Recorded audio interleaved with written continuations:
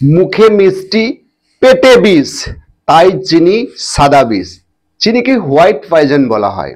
আমাদের শরীরে বিভিন্ন রকম খাবারের মাধ্যমেই চিনি প্রবেশ করে, যেমন চা, coffee, soft drinks, cold drinks.